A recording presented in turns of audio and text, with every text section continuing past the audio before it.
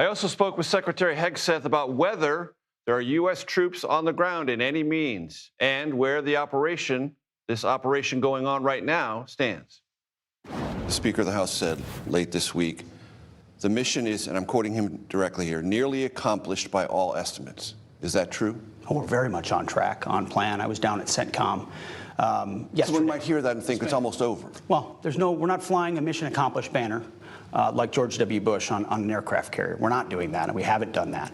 But we can be clear with the American people that this is not a fair fight, and that's on purpose. Our capabilities are overwhelming compared to what Iran's are. And frankly, when you combine our Air Force with the Air Force of the Israeli Defense Forces, it's the two most powerful air forces in the world. The ability for us to be up over the top and hunting with more conventional munitions, gravity bombs, 500-pound, 1,000-pound, 2,000-pound bombs on military targets, that we haven't even really begun to start that effort of the campaign, which is going to showcase even more how we will execute on those objectives. The President said recently there will be no deal with Iran except unconditional surrender. What does that look like, unconditional surrender? How will you know it's real? It means we're fighting to win.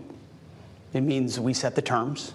We'll know when they're not capable of fighting. There'll be a point where they'll have no choice but to do that. Whether they know it or not, they will be combat ineffective.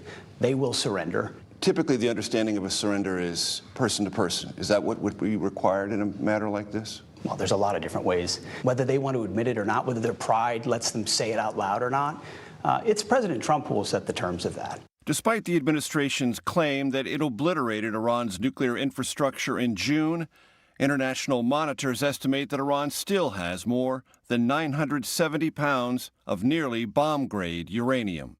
Is it possible to achieve the objectives President Trump has set before you if we don't locate and obtain and extract the highly enriched uranium? There's a lot of different ways we can get after that. They've used a conventional umbrella of missiles that was growing every single day, their production capacity, to try to cover over their nuclear blackmail ambitions. As far as how you get at that nuclear option, we'll make sure that their nuclear ambitions are never achieved.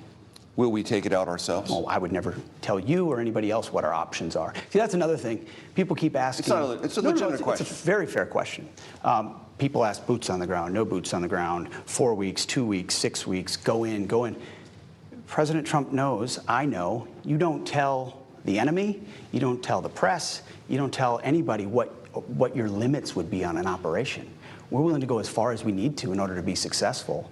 Do we have any overt or covert forces inside Iran now? I wouldn't tell you that if we did. Only reason I ask is earlier this week you said no. Is that still the answer? Yeah, that's still the answer, but we reserve the right.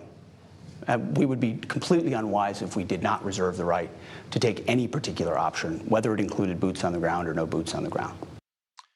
CBS News contributor and former CIA officer Elliot Ackerman joins me now. I'm always happy to have you with us, Elliot. You listen to an interview like that differently than I do. You have different experiences. You have a different mindset about what you're hearing. What struck you, if anything, about my conversation, some 30 minutes with the defense secretary? Well, I think one thing that struck me is this conflation that if we only drop enough bombs on Iran or only lethal enough, that will bring about the conditions for an unconventional surrender. You know, if we look at the history of American wars, whether it's, Vietnam, Iraq, Afghanistan, the challenge wasn't that we didn't have enough military capability or weren't lethal enough. The challenge was a political challenge, that our military tools couldn't affect the type of political conditions that would allow us to declare victory in those wars. And thus far, I think the political outcome that will allow the United States to declare victory hasn't been articulated by this administration.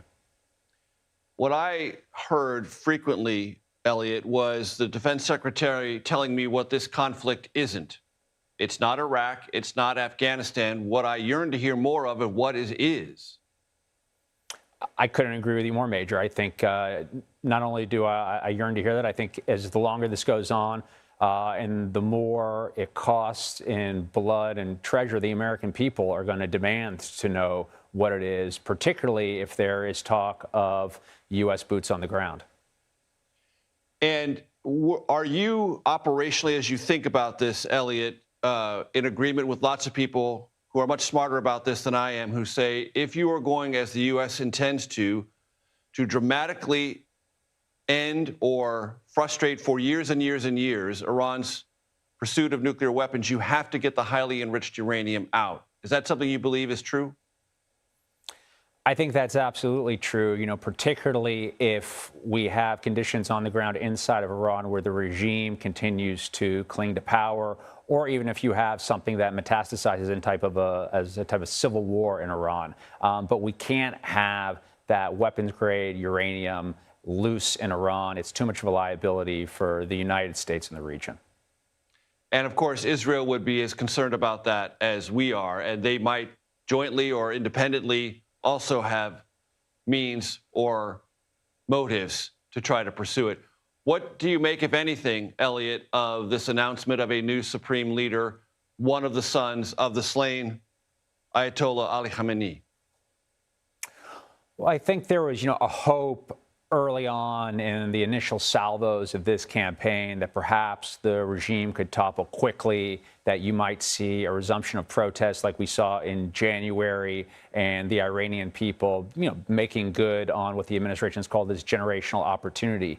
The more time that passes from the initiation of this campaign, the more it seems unlikely that you're going to have that type of a popular uprising, to include the announcement of a new supreme leader. So it seems that the regime is dug in, and this conflict seems as though it's going to go on and on.